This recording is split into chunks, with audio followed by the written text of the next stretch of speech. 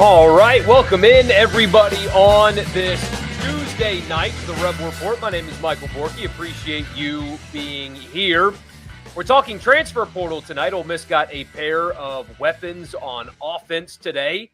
There's a bunch of visitors and all that stuff as well, and a defensive player who I was not familiar with at all as a target or anything until it was announced that he signed or committed to Ole Miss. So we'll talk about that.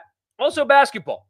Basketball is wrapping up right now, so just some quick thoughts on that.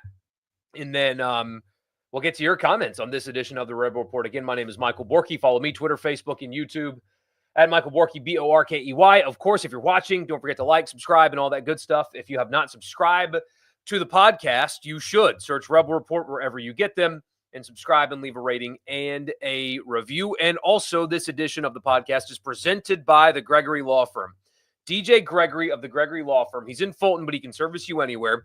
If you are a small business owner and you need legal advice, if you're a small business owner and you just want to know where to go in case that day may come where you need some legal help with your small business, 662-397-9799 is the phone number, 662-397-9799. Don't delay. Call DJ today, the Gregory Law Firm, presenting the Rebel Report for all of your personal injury. Forgot to mention that.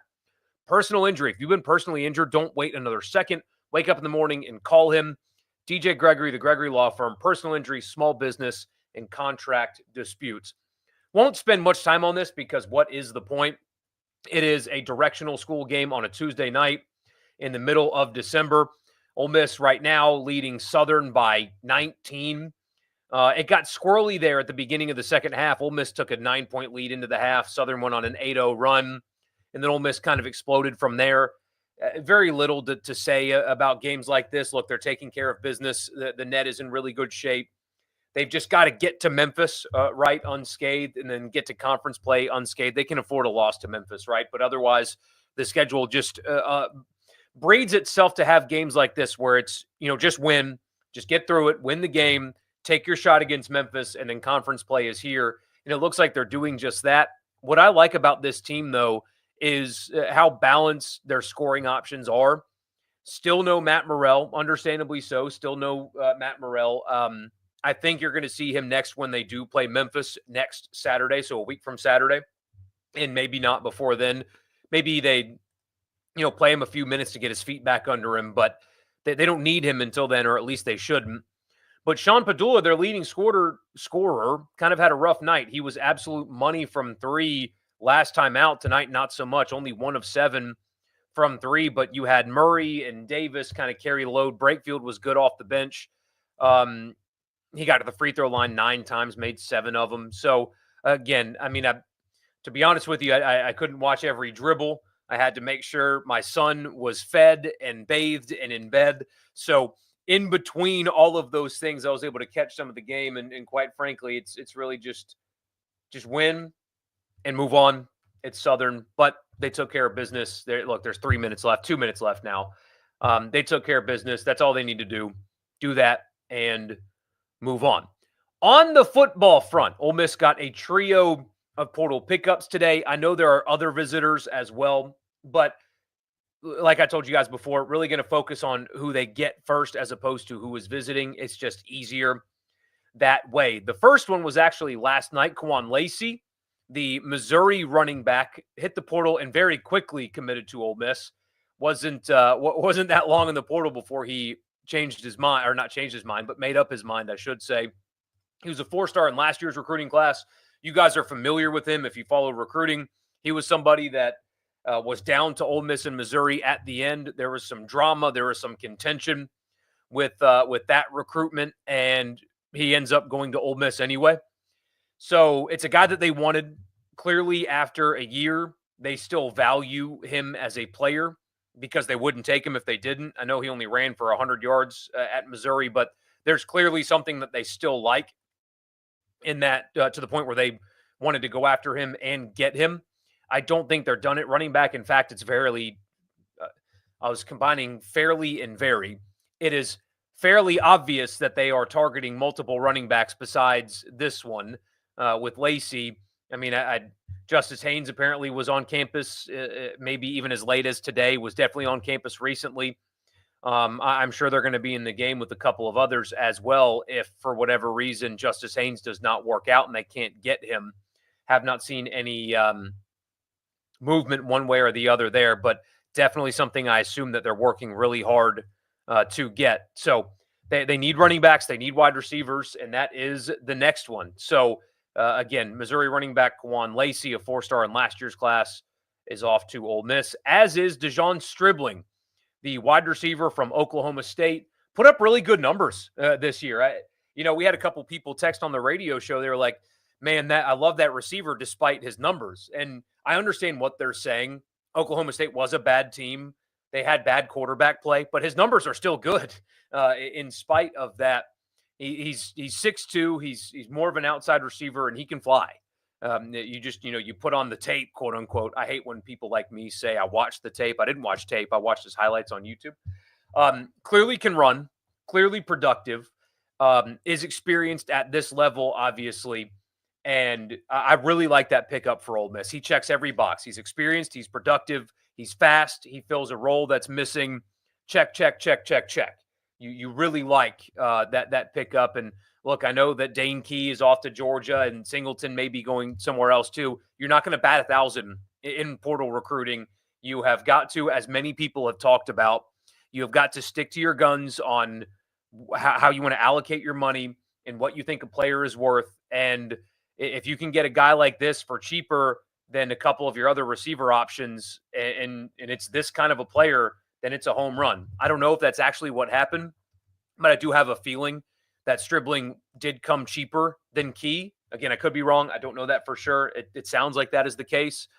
And when you look at him and watch him play, he's 6'2". He can fly. He played for a bad quarterback on a bad team and was still a productive player. So that is a really, really good pickup. And finally, this one kind of came out of nowhere. In fact, you didn't even get a Pete Golding shark on this one.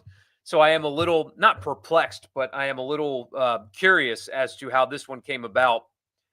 Auburn defensive back Antonio Kite is off to Ole Miss, played sparingly this year, was a 4-star a couple of recruiting classes ago.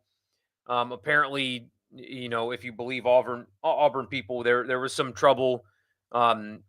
Some are even suggesting that he got kicked off the team. I don't know that to be true because I heard this name for the first time literally an hour ago, or maybe even less than that.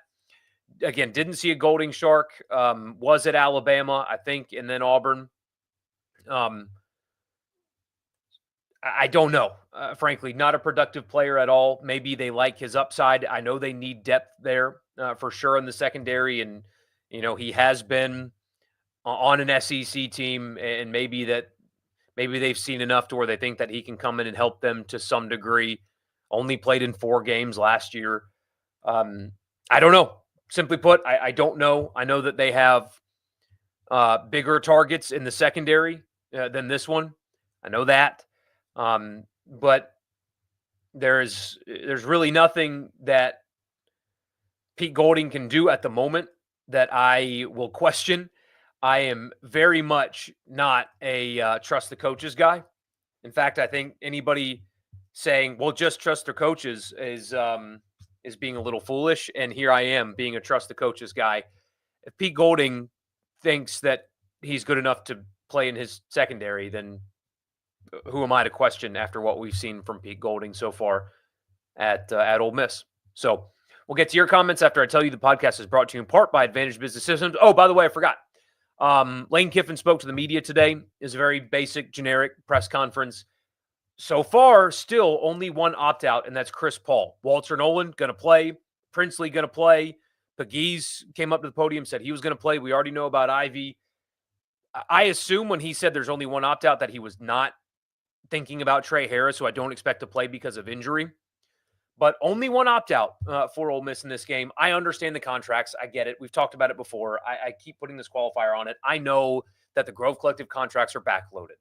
But the fact that there is even a scenario in which Walter Nolan and Princely and all of these guys, Pegues, everybody, with the exception of Chris Paul, are going to play in the bowl game, regardless of the reason why, I think is a cool thing. And I'm glad to see it. I think the opt-outs for bowl games I wish it wasn't a thing. I understand why it is. I kind of straddle the fence on that whole phenomenon. But I do like that Ole Miss is going to have basically full strength, even though a lot of them are going to be on what I assume are pitch counts. But still, the fact that they're suiting up and playing, I think is a cool thing. Other people don't. I think it's a cool thing. And I like to see it. I'm glad to see it. Good on Ole Miss and all of these players and the Grove Collective for creating a scenario in which the players are still going to play in what is described as a meaningless bowl game. I like it. And for you, the fans that are going to go make the trip, I think you deserve to go see that the guys that a lot of you paid for suit up in an Ole Miss uniform one more time. So anyway, Advantage Business Systems, absms.com for all of your Mississippi office technology needs. Tell them I sent you. You'll get a complimentary office technology assessment. So you tell them what you need and what your budget is, whether it's copiers and printers and mail machines or cloud storage, data security, IT projects, whatever it is. If it's technology, if it's in the office and your Mississippi business needs it, absms.com. Podcast is also brought to you in part by Priority One Bank. They make you their priority every single day with their online banking platform. It's a one-stop shop. All you need is an internet connection, and you can do whatever it is that you need to do with your money because Priority One Bank makes you their priority. First comment, I heard the sport of college football was rightfully fixed when Mbakwe, right, decided to stay at Alabama. Surely no one said anything nasty last night. Man, I am so over the complaining. I really am. I'm so over the complaining about college football. Just don't watch anymore. That's where I am with the complaint. I'm not going to field text on the radio show anymore. Oh, this is awful. I'm out. Well, okay, then be out. If you're out, then be out. If you're still texting a sports radio show, then clearly you're not out. So either leave, don't watch college football anymore, put your money where your mouth is, and don't consume the product anymore, or just ignore the stuff that you don't like and watch the games when they come on.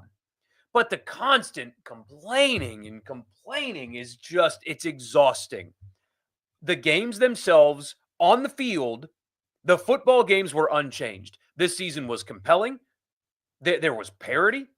There's a 12-team playoff, and I have no idea who's going to win. Arizona State has a bye. What a great story they are. So does Boise State. I don't think the playoff format's actually a particularly good one, but look at the slate of games this weekend.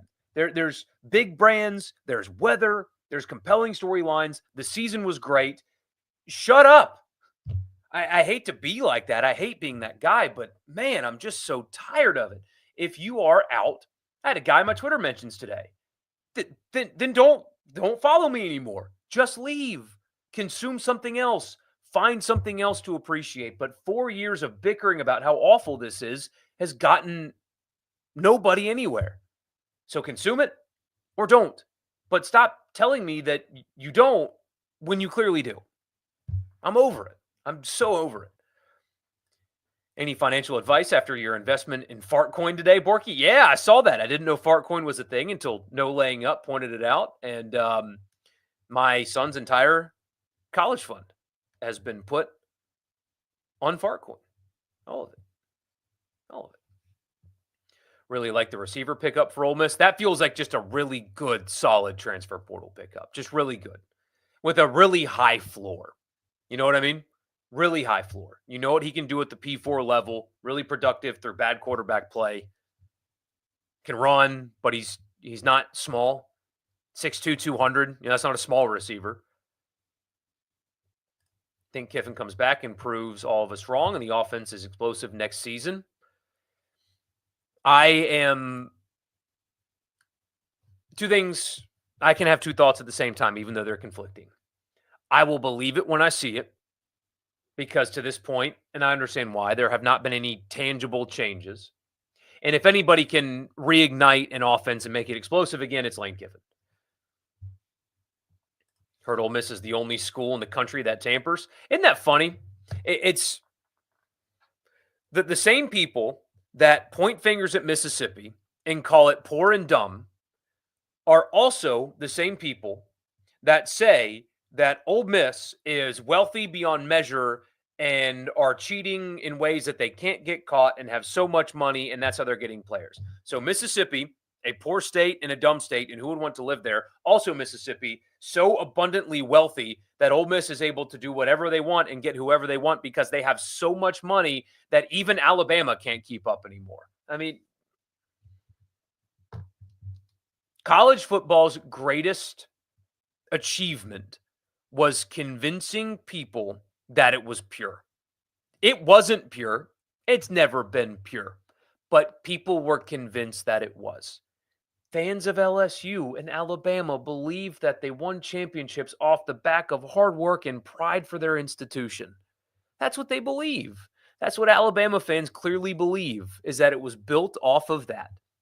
And quite frankly, I think without Hugh Freeze's NCAA investigation, Ole Miss fans would have had a harder time buying into NIL. We've talked about this before. I think there is no doubt that the NCAA investigation in the Hugh Freeze era, I know how dumb all of it was and how poorly he and others handled it.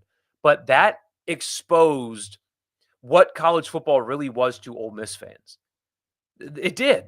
And so you bought right away into the concept of portal and NIL because you got to witness firsthand the dirty underbelly of college football. Not every fan base got to experience that. So they got to believe that the players went there because they just loved their tradition and all the other crap that people spoon fed them about how these big time programs were able to get all these 5 stars. And now you're seeing the harsh reality hit some of these people. Apparently, yeah, they also spend $1 million on a backup DB that is All-America level after staying at Alabama. Yeah. So cool to see how much Dart loves the program. Whoever said transfer portal guys don't care is dumb. Some of them do. Chris Paul, Nolan, Princely, Harris, Watkins, and others are clearly all care clearly. Yeah. Yeah. Transfer portal players can care about their institution. Chris Paul's a perfect example because he's a 1-year rental, right? What do you think's going to happen when Chris Paul comes back 5 years from now when his NFL team's on a bye week and they announce his name in the stadium? He played 7 games in Vaught-Hemingway Stadium. That's all he did. 7 games. That's all he played. What do you think the reception's going to be for him when he comes back? A school can fall in love with a player, and a player can fall in love with a school in 1 year. You don't need 3 years to have that kind of relationship. Their portal approach continues to look very efficient. I think some other schools are throwing more money at tons of players for multiple reasons, like Auburn. And I don't blame them. They're desperate. They need to win. They need to win now. They can't mess around. Auburn can't afford to be efficient. They have to do whatever it takes to get players. They have to be desperate. I understand that. He was demoted at Auburn, then missed several practices and was let go. I don't know that to be true. I'll take your word for it. I just do not know that to be accurate or not.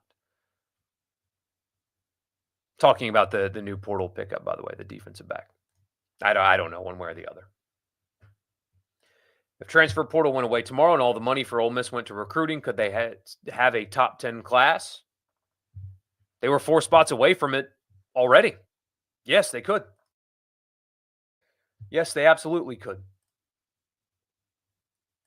Just want to know if Lane chooses to do portal instead of recruiting or if they just don't have a recruiting advantage. They do it for multiple reasons. I think most especially, though, they've found their niche. This works for them for multiple reasons. I think it's easier for Lane Kiffin to appeal to portal players. It's more transactional. It's more, here's how you fit on my team. Here's how much I can pay you. As opposed to spending 3 years flirting with the entire family and pretending to make friends with their cousins and girlfriends and stuff just for them to burn you on signing day anyway. That this is just portal recruiting fits Ole Miss and specifically Lane Kiffin more than doing nothing but high school. Alabama fans crying about money and recruiting is some of the most rich stuff you've seen. I know, man. I'm telling you, that's college football's greatest accomplishment is convincing people that it was pure. It's the best thing the sport ever did. Off topic, but with Northern Illinois joining the Mountain West, it made you think about realignment. Could I see the SEC gaining more schools like North Carolina or Virginia? It's a good question. It all comes down to money. I know that the SEC would love to add North Carolina immediately. They would love to. North Carolina can't get out of the ACC right now. I think, quite frankly, that's the only thing preventing North Carolina from being involved in a bidding war between the Big Ten and the SEC. And maybe Virginia would come with them. The question is how much and how far. The concept of a breakaway in college football, and gosh, what was it? Boise State's athletic director? I think it was Boise State's AD that said that that's coming or that he expects it. I think it was him. I could be wrong. Maybe I'm misattributing a quote. But a lot of people think that day is coming. How many teams are worth bringing along with you, right? Because I've seen these models of like, here's a 70-team power conference league. That's too many. The networks, I don't think, would pay for that. Maybe I'm wrong. I just don't think they would. Realignment is all about money and how much money they can make. So if Disney says we'll increase the pot by this much for every team, then they're going to expand. Hey, you add North Carolina, well, that means an extra $5 million for everybody in the SEC. Great, do it. But if Disney is not going to increase the payout for each school with additions, then you're not going to see additions. It's that simple. It's all about money. Everything is driven by money and money only. North Carolina would bring in more money, but they can't get out of the ACC right now. The freeze mess that basically enveloped the Matt Luke years too galvanized the fan base 100%. 100%. Watching Memphis and West Virginia play right now, it just feels like Memphis and Tulane should be in a bigger conference than the conference they find themselves in. But for now, as long as they have playoff access, and Edward, tell me more about that. What do you mean what they're doing? Like good or bad? I have not paid as close attention to that. But anyway, as long as they have playoff access, they're fine. They're fine. If you're Tulane, I mean, would you want to try to force your way into the Big 12? Tulane lined up across from Kansas State and played them tough, but Kansas State had more players than Tulane did. And I know it's only year one under Summerall. I get it. But if you're Tulane, wouldn't you much rather have an AAC schedule? Doesn't that give you a much better shot at making the playoff as it's currently formatted than if they were to join the Big 12? I know there's more money, and again, money drives everything, but if I'm Tulane, I'm very happy where I am right now. What will Jackson Dart's legacy be? You'd say he's the best. No, he won't be the best. At least I don't think.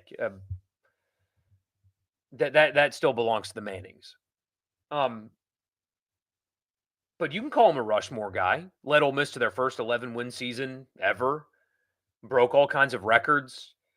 Was paramount in brand building for Ole Miss in the new era, right? He was a very marketable guy. He helped. His existence helped the Ole Miss brand. I know some people kind of roll their eyes at that, but it did. He was a marketable guy. Hell, man, as a starter, what is he about to? If they beat Duke, he's going to win. What is that? 29 games as a starter at Ole Miss in 3 years.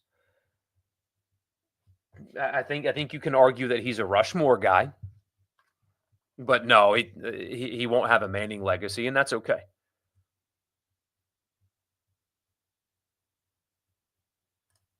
You consider the moment Freeze was hired until Kiffin was hired to be the Freeze era? At least the bad that happened for Ole Miss football post Hugh Freeze is still his fault, for sure. Next year's offense is looking good. It's all about line play.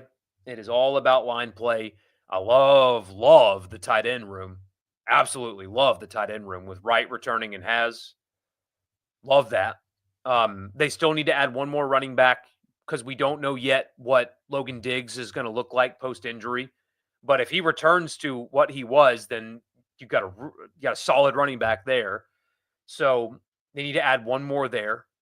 And they need to at least add one, probably 2 or 3 more wide receivers. But you can see it shaping up. You see the potential shaping up. You see the weapons kind of assembling, right? There's a lot to like about what they currently have, but they still need to keep going, and the offensive line does need to do better.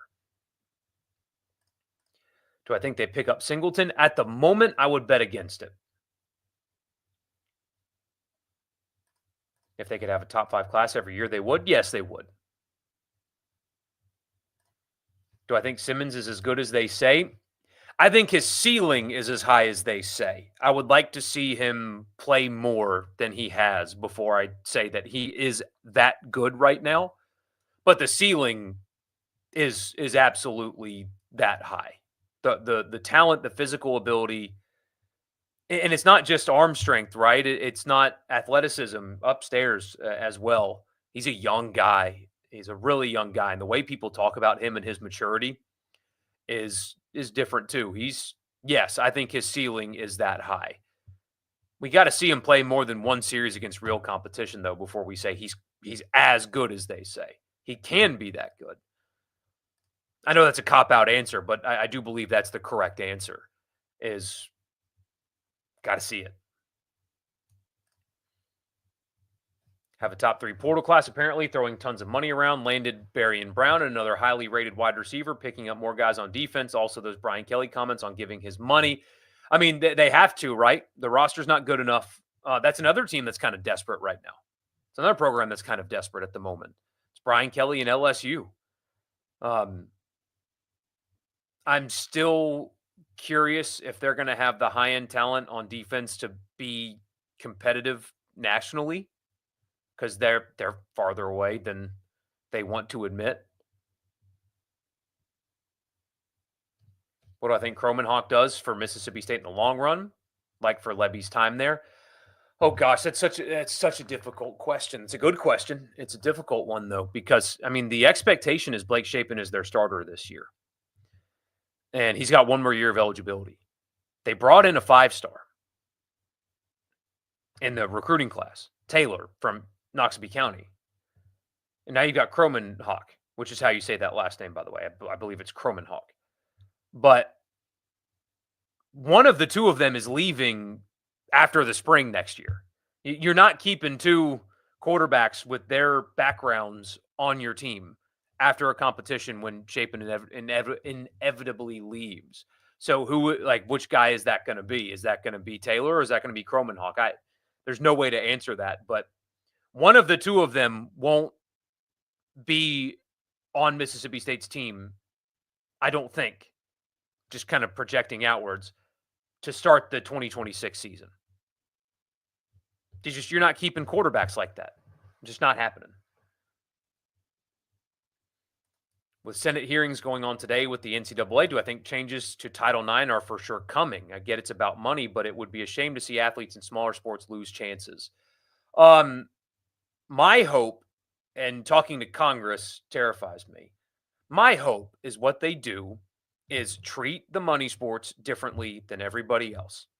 Treat the money sports different because they are different, and allow the lesser sports to be funded by other things like endowment, or maybe don't force investment that is unnecessary into those sports. I know that sounds bad, but do you want the sports to continue to survive or not? It's just a harsh reality. And people in my business don't want to talk about that because they think that losing $10 million a year on a non-revenue sport is like, you can't do that. You cannot on one hand say, I think the players deserve to get paid, and on the other hand say, actually, you need to spend the same amount of money on the non-revenue sports as you do on football. Those two things don't mesh. They don't make sense. It cannot work like that. You cannot treat, with all due respect, the second baseman on the softball team the same way you do the quarterback. They're not the same. And so you have to separate them. That's the only way that you can preserve the non-revenue sports, and those need to continue to exist forever. But there needs to be some adjustment in the way people think about college sports, because the non-revenue sports don't only not generate revenue, they are financial losers. You cannot treat them equal to football anymore. You can't do it now that you're sharing revenue. So I hope that they find a way to get smart about this and separate football and men's basketball from everybody else and go from there. If they don't, then you're going to lose a lot of sports and a lot of opportunities. Would be cool if Dart had a passing of the torch in the Gator Bowl. If they're up a few scores, not expecting a high caliber effort from Duke. Absolutely. One of those moments where he gets like a hero send off and then in comes Simmons and you kind of pass the torch off and let him get that heroic whatever send off goodbye thing. That would be very cool. Simmons is one of the most mature young players you've seen in a long time. A lot of people talk about that he's different. You hear that all the time. Just remember, every player Alabama loses didn't matter. All backups are guys that happen to suck. You hear that everywhere, right? Lost this receiver? Whatever. You're hearing that here locally. Lose the two best receivers on your team and whatever. Well, there's no problem at all. They're going to Texas A&M and Missouri. Whatever. They're not even that good. They'll find more. It's not really how that goes. But anyway. Have you seen the playoff tickets for Notre Dame? Currently, the cheapest price is almost $600. Yeah. You can get to the Penn State SMU game for kind of cheap. The weather's going to be kind of stinky, which is part of it. And SMU does not drive up demand at all. At all. So that's also part of it. But there's some segment of sports media that like really cares about how expensive tickets are. They're kind of like using that as almost like a dig at things. Like, oh, wow, look at how cheap the tickets are for Penn State. This is terrible. No, it's not terrible. It's great. It means a father and his son now can afford to go to the playoff game that probably wouldn't otherwise. It's great that tickets are under $100 on secondary markets for the Penn State SMU game. That means some little Johnny from Harrisburg or whatever and his dad that watched Penn State on TV that really want to go to a playoff game, dad got his Christmas bonus, can go take little Johnny to the football game now. I could not possibly care less that tickets are cheap for that, but some people do. It's kind of weird to me. I don't understand it. It's great that tickets are cheap for that game. It's going to be full, completely full. The stadium's going to be absolutely nuts, and Penn State's going to win by 3 touchdowns. That's what's going to happen. Heard it here first. Or something like that. So anyway, I got to run. I got some stuff that I have got to take care of. Yes, you're right. The Ohio State-Tennessee ticket situation is so funny. I hope that there's 40,000 Tennessee fans there. Oh, it's going to crack me up. Leaking your season ticket holder code or accidentally letting your season ticket holder code get out to Tennessee fans is hilarious. It's so funny. But anyway, I got to run. We'll talk, obviously, a lot of portal because we're just going to keep getting portal news on Thursday. Appreciate you guys being here as always, and I'll see you then.